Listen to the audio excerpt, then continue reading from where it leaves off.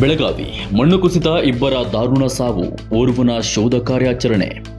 New Gandhi ನಗರದ ರಾಷ್ಟ್ರೀಯ ಹೆದ್ದಾರಿ ಪಕ್ಕದಲ್ಲಿ ಬುಧವಾರ ಮಣ್ಣು ಕುಸಿತದಿಂದ ಸ್ಥಳದಲ್ಲಿಯೇ ಇಬ್ಬರು ಮೃತಪಟ್ಟಿದ್ದು, ಓರ್ವನ ಪತ್ತೆಗೆ ಶೋಧ ಕಾರ್ಯಾಚರಣೆ ನಡೆಸಲಾಗುತ್ತಿದೆ.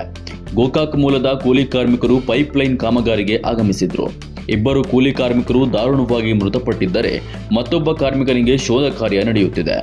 ಮಾಳಮಾರುತಿ ಪೊಲೀಸ್ ಠಾಣಾ ವ್ಯಾಪ್ತಿಯಲ್ಲಿ ಘಟನೆ ನಡೆದಿದೆ.